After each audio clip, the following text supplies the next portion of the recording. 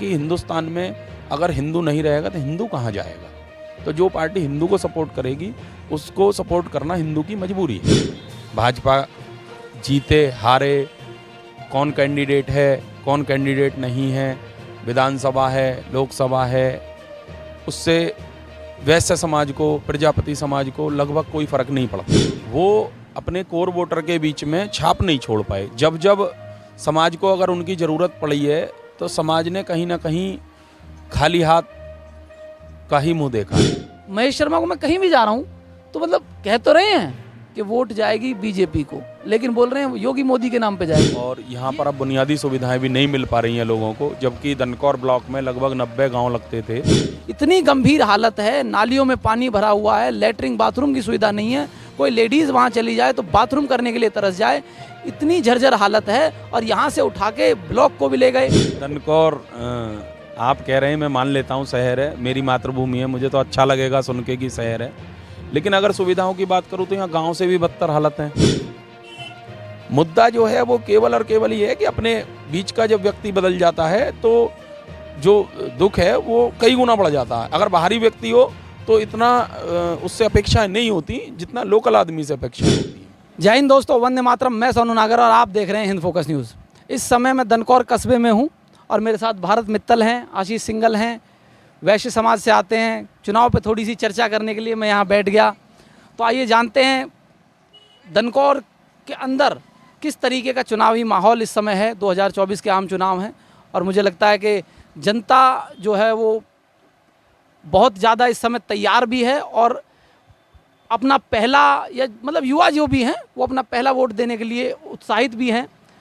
सारी चर्चाएं होंगी। मेरे साथ मेरे दो मेहमान हैं जी, आपका बहुत बहुत धन्यवाद हमें समय देने के लिए। मेरा पहला सवाल भारत जी आपसे रहेगा कि वैश्य समाज जो हर बार ज़्यादातर, मैं हर बार नहीं कहूँगा, ज़्यादातर बीजेपी की तरफ दिखाई देता है, इस बार यहाँ से 2 बार के आपके प्रत्याशी, 2 बार के जीते हुए आपके महेश शर्मा जी को दोबारा बीजेपी ने टिकट दिया है। तो इस बार मुझे ये बताइए आपके वैश्य समाज यहाँ का आपको किस तरफ उसका रुख है, या यहाँ जो कार्य हुए हैं यहाँ उनका आना जाना, उसके बारे में थोड़ा सा बताएं। और आप अपना भी मत बताएं और थोड़ा सा बाज़ार के बारे में भी थोड़ा सा बता दें कि हाँ किस तरफ क्या हो रहा है। सबसे पहले तो मैं आपका हार्दिक धन्यवाद करता हूँ। जहाँ तक बात यहाँ के 2 बार से सांसद और वर्तमान प्रत्याशी डॉक्टर महेश शर्मा जी की बात है, तो उनका क्षेत्र से जुड़ाव रहा है, लेकिन जहाँ तक आने जाने की बात है और दुखों में शरीक होने की बात है या क्षेत्र के विकास की बात है, तो यहाँ पर जो वोटिंग होगी वो भाजपा, योगी जी और मोदी जी के लिए होगी। जनरली सामान्यतः जो है डॉक्टर महेश शर्मा जी से यहाँ का जो समाज है वो उतना जुड़ा हुआ नहीं है जितना उसे एक्चुअल में 10 साल के लगातार उनके सांसद काल के बाद होना चाहिए। उसका कुछ कारण ये भी है कि महेश शर्मा जी से मिलना लगभग आम जनता के लिए असंभव है, क्योंकि जब तक आप उनके किसी प्रतिनिधि को या उनके किसी कार्यकर्ता को जो निहायती महेश शर्मा जी का कार्यकर्ता है, जब तक आप उसे अप्रोच नहीं करोगे तब तक आपका उनसे मिलना लगभग असंभव है। और वैश्य समाज तो शुरू से ही भाजपा का कोर वोटर रहा है। जब भाजपा की 2 सीट आती थी तब भी वैश्य समाज भाजपा को ही वोट देता था। अगर मैं बाज़ार की बात करूं तो बाज़ार हमेशा से भाजपा को सपोर्ट करता आया है। भाजपा जीते हारे, कौन कैंडिडेट है कौन कैंडिडेट नहीं है, विधानसभा है लोकसभा है, उससे वैश्य समाज को प्रजापति समाज को लगभग कोई फ़र्क नहीं पड़ता। ये भाजपा के कोर वोटर हैं और इस बार भी सारी वोट भाजपा को ही जाएंगी। और मेरी नज़र में महेश शर्मा जी बिल्कुल चुनाव बिना किसी रोक टोक के जीत रहे हैं। उसका कारण लेकिन भाजपा का चुनाव चिन्ह है। मतलब आप कहना चाह रहे हैं कि मतलब आप कहना चाह रहे हैं कि 10 साल में महेश शर्मा जी अपनी ऐसी छवि नहीं बना पाए कि आप जैसे युवा जो हैं वो खुल के ये कह सकें कि हाँ जी हम महेश शर्मा को वोट देंगे। मतलब वो भाजपा के प्रत्याशी तो हैं लेकिन आप कह रहे हैं कि अब भी वोट जो है वो योगी मोदी के नाम पे जा रही है। देखिए भैया जी, छवि का मामला नहीं है, छवि उनकी बहुत अच्छी है, लेकिन वो छाप नहीं छोड़ पाए। वो अपने कोर वोटर के बीच में छाप नहीं छोड़ पाए। जब जब समाज को अगर उनकी ज़रूरत पड़ी है तो समाज ने कहीं ना कहीं खाली हाथ का ही मुंह देखा है। रीज़न ये है कि उनसे मिलने के लिए जो समस्याओं का सामना करना पड़ता है, तो उससे बेहतर आपको तो पता ही है, वैसे समाज को लगभग सभी पार्टियां पूछती हैं, लेकिन किस मामले में पूछती हैं वो भी आप जानते हैं। वैसे समाज का सभी पार्टियों को कोषाध्यक्ष चाहिए। आप किसी भी क्षेत्रीय पार्टी, किसी भी राष्ट्रीय पार्टी को चेक कर लीजिए, जहाँ तक भी मैं जानता हूँ, जितना मैं अभी मेरी जो उम्र है, जिस हिसाब से मुझ में समझदारी है, उस हिसाब से किसी भी राष्ट्रीय पार्टी का, किसी भी क्षेत्रीय पार्टी का जो कोषाध्यक्ष है वो वैश्य समाज से आता है। उसका रीज़न ये है कि हम लोग कहीं ना कहीं एक संपन्न वर्ग का प्रतिनिधित्व करते हैं, और जहाँ कोई काम किसी भी तरीके से ना हो रहा हो, वो काम फिर लास्ट में पैसे से हो जाता है। ये सारा अर्थ का मामला है, और यहाँ अर्थशास्त्र बिल्कुल नहीं है, ये थोड़ा अर्थ का मामला है, इकनॉमी वाला मामला है कि भाई किस तरीके से आप पैसे से काम जो चलता है इंडिया में, आप जानते हैं कि किस तरीके से जुगाड़ से काम चलता है, और जहाँ जुगाड़ भी सारे ख़त्म हो जाते हैं वहाँ पैसे से काम चलता है। तो आपने बहुत बढ़िया जवाब दिया। आशीष जी, मेरा आपसे सवाल रहेगा कि जब प्रतिनिधि जब इस तरीके की मतलब एक छाप ना छोड़ पाएँ, अब भी मतलब 10 साल हो गए, 10 साल से बीजेपी भी है, 14 से, और अब 24 आ गया है, और महेश शर्मा जी भी हैं, और बल्कि उससे पहले भी एक बार ये लड़े थे जब हारे थे। तो मतलब इन्हें 3 इलेक्शन ये लड़ चुके हैं, जनता के बीच में जाना, कनेक्ट करना, ये मतलब कहाँ तक ऐसा, ये योगी मोदी ऐसा कौन सा फैक्टर हो गया कि योगी मोदी इतने इम्पोर्टेंट हो गए, जो यहाँ के मेन मुद्दे जो हैं वो तो योगी मोदी आएंगे नहीं करने, भाई वो तो यहाँ के जनप्रतिनिधि करते होंगे ना। तो यहाँ क्या, या तो यहाँ मुद्दे ही नहीं है, या फिर लोगों को अब आस नहीं रही कि कोई करेगा या नहीं करेगा, हमें तो वोट वहाँ देनी है। मतलब किस तरीके का यहाँ ऐसा क्यों है कि लोग बाग, महेश शर्मा को मैं कहीं भी जा रहा हूँ तो मतलब कह तो रहे हैं कि वोट जाएगी बीजेपी को, लेकिन बोल रहे हैं योगी मोदी के नाम पे जाएगी। ये इसके पीछे क्या रीज़न लगता है आपको? मैं आपको बता दूं, ये 100% सत्य भारत मित्तल जी जो बता रहे हैं बिल्कुल सत्य है। यहाँ से लोकसभा क्षेत्र दनकौर जो पड़ता है, उसमें से ब्लॉक भी चला गया, जो कि एक ब्लॉक दनकौर को गया हुआ काफ़ी टाइम हो गया। लोकसभा सांसद जी महेश शर्मा जी या हमारे क्षेत्रीय विधायक जी, वो भी इसको नहीं रुकवा पाए। तो एक गंभीर विषय है इस मामले में भी। मेरा तो मत यही है, वैसे जीतनी बीजेपी है, योगी मोदी को ही वोट जाएगा, ये तो है निश्चित। एक मुद्दा सरकारी अस्पताल का भी है। सरकारी अस्पताल में पिछले लगभग 60 सालों से नसबंदी कैंप वगैरह सब चले आ रहे थे, और लगभग बुनियादी सभी सुविधाएं उपलब्ध थीं, लेकिन यहाँ का जो पीएचसी है उसको डाड़ा में ट्रांसफ़र कर दिया गया है, और यहाँ पर अब बुनियादी सुविधाएं भी नहीं मिल पा रही हैं लोगों को। जबकि दनकौर ब्लॉक में लगभग 90 गांव लगते थे, और अब सबसे बड़ी समस्या ये आ रही है कि अगर एक मतलब कुत्ता भी काट ले तो उसका इंजेक्शन लगवाने आपको डाला जाना पड़ेगा। ये इतनी बड़ी समस्या है कि दनकौर इतना छोटा कस्बा नहीं है कि जिसके लिए इतनी छोटी छोटी बुनियादी सुविधाएं भी काट के आपको मतलब उस केंद्र को जो है प्राथमिक स्वास्थ्य केंद्र को भी नेगलेक्ट कर दिया जाए। तो ये सारी चीज़ें जो है वो बहुत बड़ा मुद्दा है। इसमें जो है अगर हमारे स्थानीय सांसद जी हस्तक्षेप करते, क्षेत्रीय विधायक जी हस्तक्षेप करते, तो ये इतना बड़ा मुद्दा नहीं था कि जो है ये सारी सुविधाएं दनकौर से उठ के कहीं बाहर चली जाती। दूसरी बात, अगर मान लो अस्पताल की बिल्डिंग का भी मुद्दा है, तो देखिए बिल्डिंग कोई इतनी बड़ी बात नहीं है सोनू भाई। अगर दनकौर के ही जो अच्छे लोग हैं, बड़े लोग हैं, अगर उनसे ही सहायता मांगी जाती तो जर्जर जो भवन है जिसकी दुहाई दी जाती है बार बार, तो वो सही हो जाता। अगर मैं कह रहा हूँ सरकारी सहायता भी नहीं मिल पा रही थी, तो ये तो जो दनकौर में रहने वाले जो समाज सेवी हैं वो ही अपने दम पे जर्जर भवन को सही करा सकते थे। अपने दम पे तो करा ही सकते हैं, लेकिन जो यहाँ के स्थानीय विधायक हैं, सांसद हैं, उनके पास निधि आती है, वो पैसा मिलता है, वो लोगों को लोक कल्याण के लिए ही तो मिलता है। ये गंभीर मुद्दा है यहाँ पर मैं भी उसकी हालत देख के आया हूँ। उसकी फ़ोटोज़ भी मैं यहाँ पर आपको शेयर करूँगा, इसमें लगाऊंगा, दिखाता हूँ आपको फ़ोटोज़ कैसी कैसी हैं उसकी। इतनी गंभीर हालत है, नालियों में पानी भरा हुआ है, लेटरिन बाथरूम की सुविधा नहीं है, कोई लेडीज़ वहाँ चली जाए तो बाथरूम करने के लिए तरस जाए, इतनी झरझर हालत है। और यहाँ से उठा के ब्लॉक को भी ले गए। अब इसके पीछे एक कारण ये रहा कि इंडस्ट्रियलाइजेशन के नाम पे अथॉरिटी के अंडर में आ गया। यहाँ से जो प्रधानियाँ हटी हैं वो गांव, ब्लॉक के लिए गांव की ज़रूरत होती है, गांव को शहर बना दिया, शहर के नाम पे ज़ीरो हैं।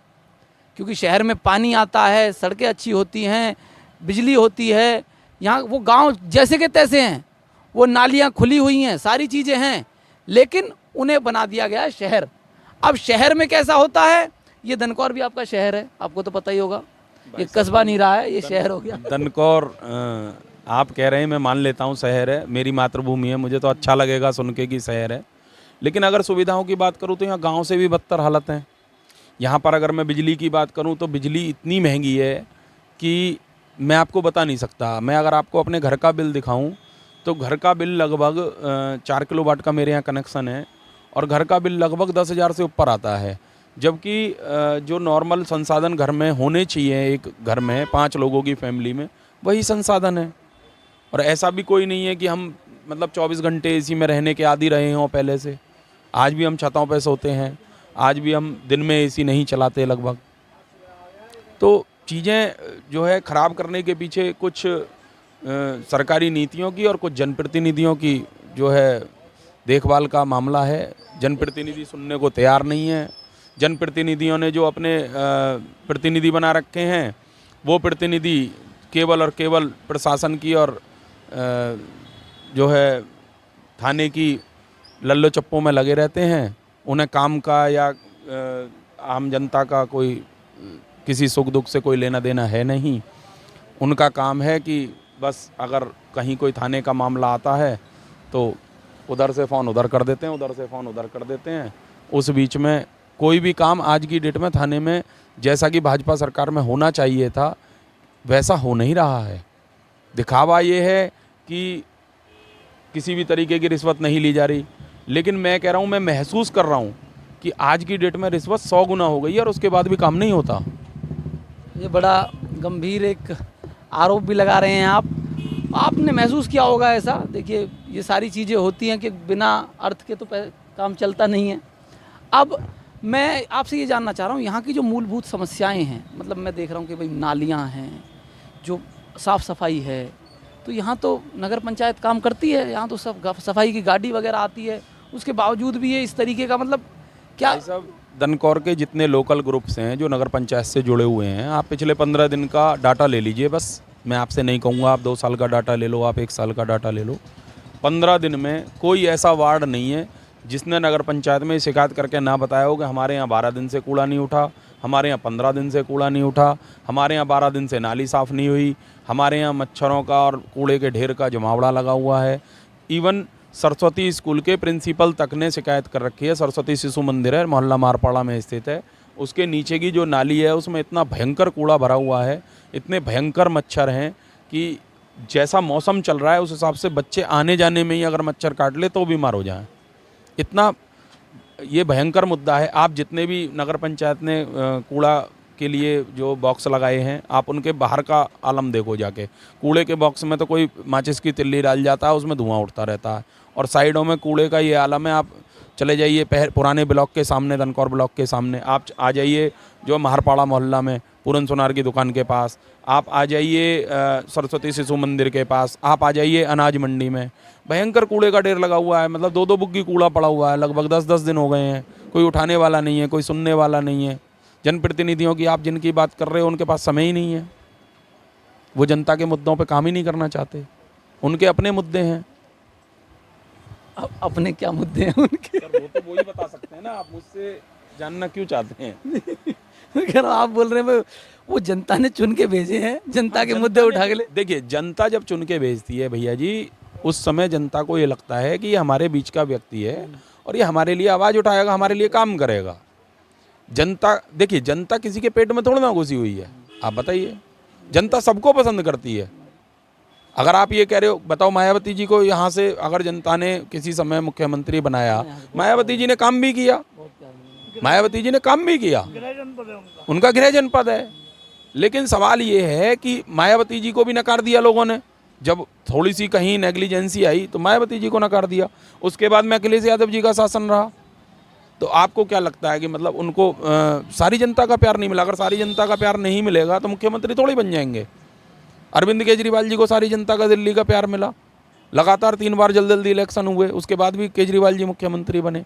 जनता ने प्यार तो दिया ही है, हर पार्टी को आजमाया है। मुद्दा जो है वो केवल और केवल ये है कि अपने बीच का जब व्यक्ति बदल जाता है तो जो दुख है वो कई गुना बढ़ जाता है। अगर बाहरी व्यक्ति हो तो इतना उससे अपेक्षाएं नहीं होती जितना लोकल आदमी से अपेक्षाएं होती हैं। अब आप हमारी आवाज़ उठा रहे हो अगर, तो हमें आपसे उम्मीद है। अब ऐसा भी तो हो सकता है आप हमारे इस जो हमने आपको बताई हैं चीज़ें, इनमें से आधे मुद्दों को ख़त्म ही कर देंगे रास्ते में, काट छाट करके वो बढ़िया नहीं, ऐसा इस तरीके का देखो सारी चीज़ें होती हैं। बिल्कुल आपके आरोप भी ठीक हैं और मैं कोशिश करूंगा कि एडिटर से कहूंगा कि ये सारी चीज़ें आनी चाहिए इनकी। और सारे मुद्दे के जो मुद्दे हैं वो बड़े गंभीर हैं, चाहे वो अस्पताल का हो, ब्लॉक का हो, नाली सफाई का हो, सारे मुद्दे हों। अब मुझे आप एक बात बता दीजिए कि जब समस्याएं इतनी सारी हैं तो बदलाव के लिए ये जो क्षेत्र है वोट क्यों नहीं करता, मुझे ये बताइए आप। श्रीमान जी देखिए, हमें जो अपना भविष्य दिखता है वो उस पार्टी में दिखता है जो भगवान में आस्था रखती हो।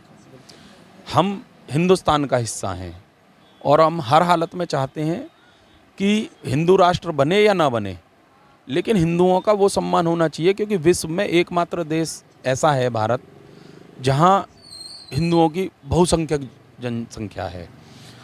इस्लाम के लिए 57 देश हैं विश्व में, क्रिश्चियनों के लिए बहुत सारे देश हैं, मतलब गिनती नहीं है। लेकिन आप मुझे बताइए ऐसा देश जहाँ पर 36 बिरादरियों का सम्मान होता हो, उसमें भारत के अलावा और कोई देश नहीं है। और आपको मैं एक और चीज़ याद दिला दूं कि जहाँ पर इस्लाम का शासन है वहाँ किसी भी अन्य जाति को कोई नहीं पूछता। जहाँ यहूदियों का शासन है वहाँ वो अन्य जातियों को नहीं पूछते। जहाँ ईसाइयों का शासन है वो इस्लामिक को भी नहीं पूछते। तो आप चीज़ें समझें कि हिंदुस्तान में अगर हिंदू नहीं रहेगा तो हिंदू कहाँ जाएगा। तो जो पार्टी हिंदू को सपोर्ट करेगी उसको सपोर्ट करना हिंदू की मजबूरी है।